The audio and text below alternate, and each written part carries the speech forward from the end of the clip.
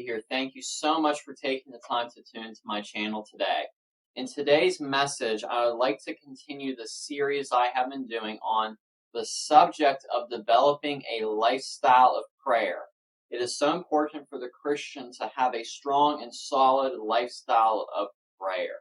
And before I go any further into this, let me open in a word of prayer. Heavenly Father, we thank you for this opportunity to dive into your word and to study your word, Lord Jesus. Help us, Lord, to cultivate a lifestyle and a desire for a lifestyle of prayer, Lord Jesus, for your glory. In your most precious and holy name we pray. Amen. So the one thing I have been doing to start off this series is going off the Lord's Prayer in Matthew's Gospel, chapter 6, verses 9 through 14.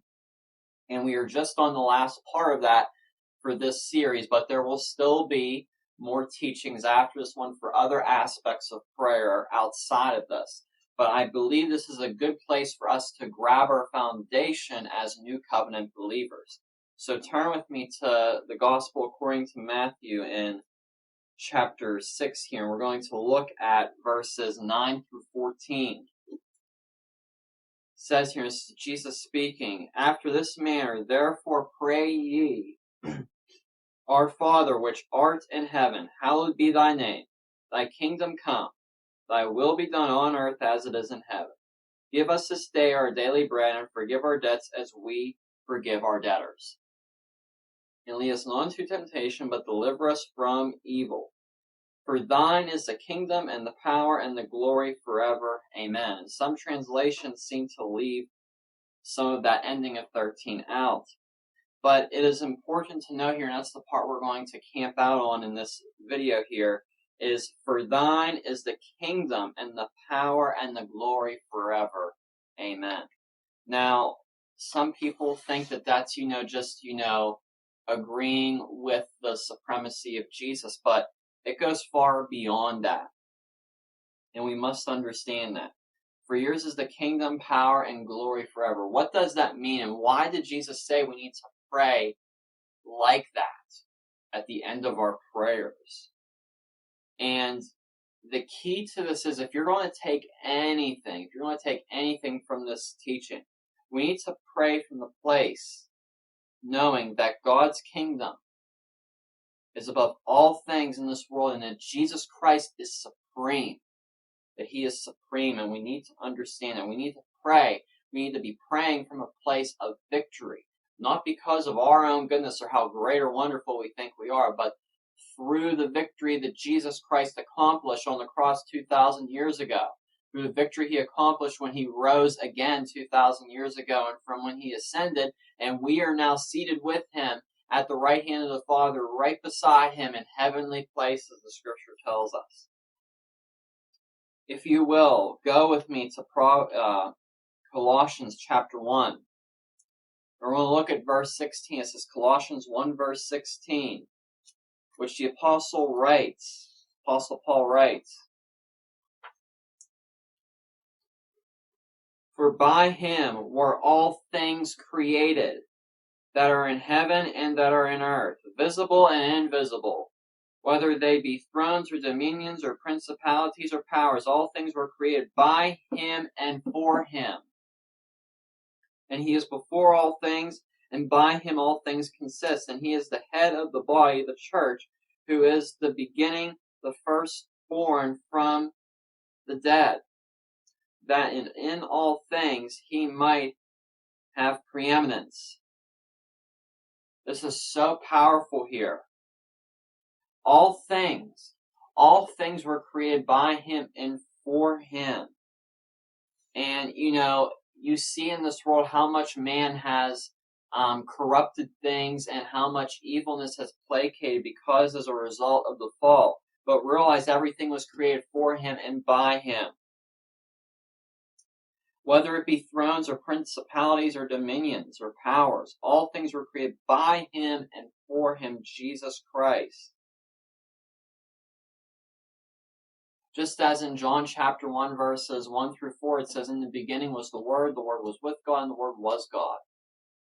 It says in John 1, it also says how all things were created through him. Jesus Christ is the Word of God, the Logos, and God spoke things into existence during creation, and all things were created through Jesus Christ. He was there in the very beginning. And it's so important that we realize that all things are under him. All things are under Jesus. And it's so important to realize and live your life from a place knowing that God is above all things in life.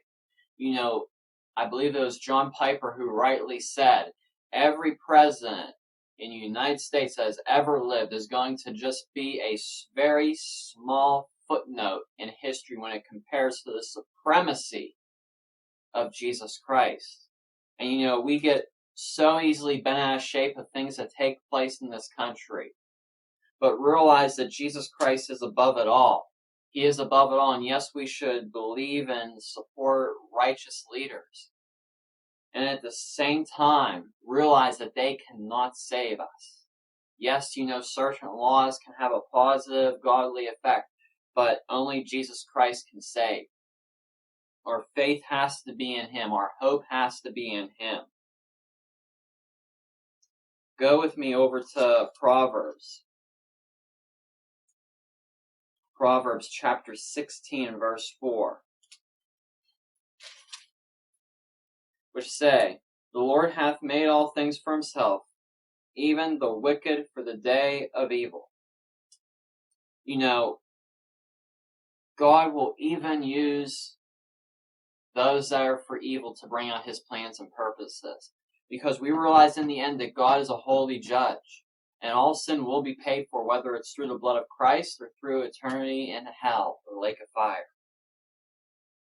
So, you might be questioning, well, why is God allowing certain things to happen? God is going to use those things for his good, for his plan. God has a plan from the beginning to the end, and it may look like the world's in chaos, it may look like this is going on. God is supreme above it all, and he knows the beginning from the end. Nothing that is going on in the world catches God by surprise.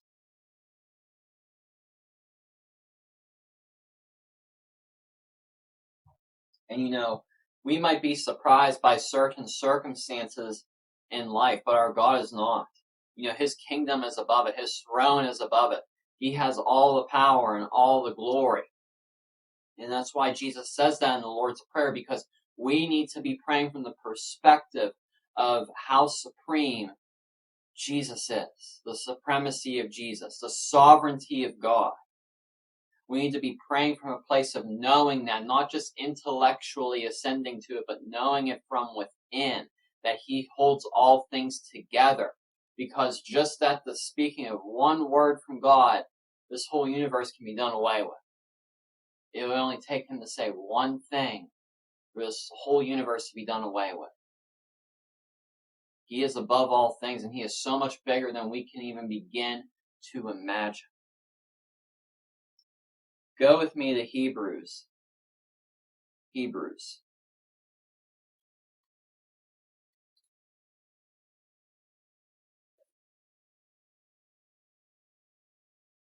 We want to look at chapter 1, verse 3.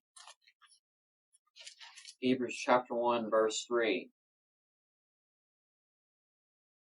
And I was going to read just verse 3, but we're going to look at chapter 1, verses 1 through 3 in Hebrews.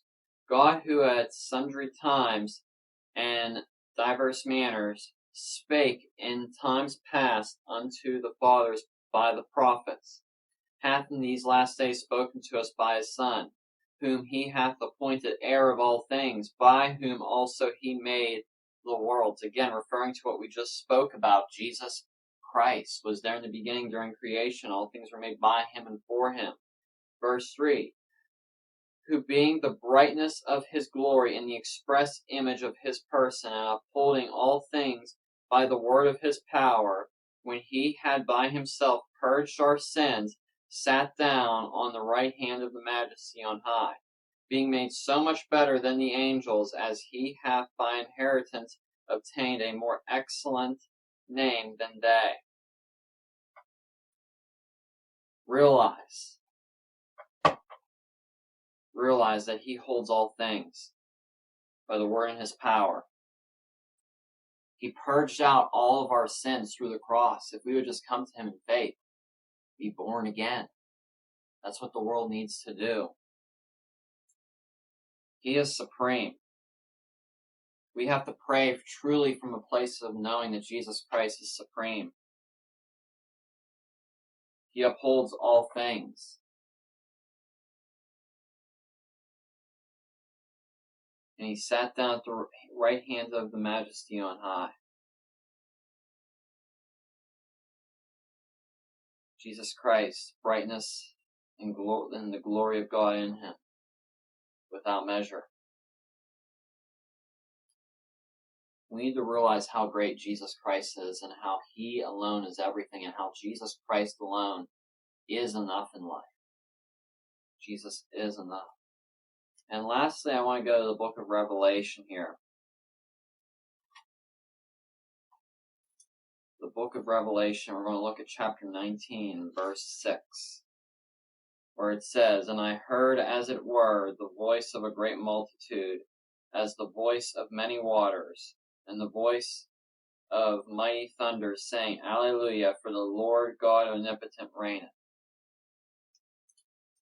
The Lord God omnipotent reigns. Multitude saying that. That's what heaven's going to be about. It's not going to be a place of partying. It's going to be a place of rejoicing and worshiping God. It's going to be about that. Some people think it's about, having a fun time and doing all these, cool things. No, it's about worshiping God forever and being with him forever and dwelling with him forever without the sorrows of this world. But it's amazing that this is here in Revelation. The true acknowledging, the fullness of the acknowledging, a voice like many waters. And in chapter 19, it's talking about the marriage of the Lamb. The marriage of the Lamb. And we are the bride of Christ, the church. And, the book of Revelation, some people think, it's a book about the end times and the apocalypse. People call the apocalypse the end times. The apocalypse is actually an unveiling. It's what the word apocalypse means. It's not about end times. The book of Revelation is about a covenant change from the old covenant to the new covenant. You see, Jerusalem was destroyed in 70 AD, and that completes the 70 weeks in Daniel chapter 9. We're not waiting for some gap for the final week to be fulfilled. Daniel 9 is fulfilled through Jesus Christ. And the book of Revelation is about the covenant change, because after 70 AD, there were no more sacrifices in Jerusalem. There haven't been at all. And Jesus Christ is still returning for his church. Don't not hear what I'm saying. He is still returning for his church. He is coming back for a pure bride, a victorious bride that despite the darkness in the world still shines bright, because we have a revelation in ourselves of the supremacy of all that Jesus Christ is and how he is above all things. And we unite with that in our spirit, and that becomes the heart of our prayer, because we realize that we become one. When we were born again with the one that is the Alpha and the Omega, the beginning and the end. He sees the beginning from the end. God knows what the very end of your life is going to look like. He is not caught off guard by anything at all that you do.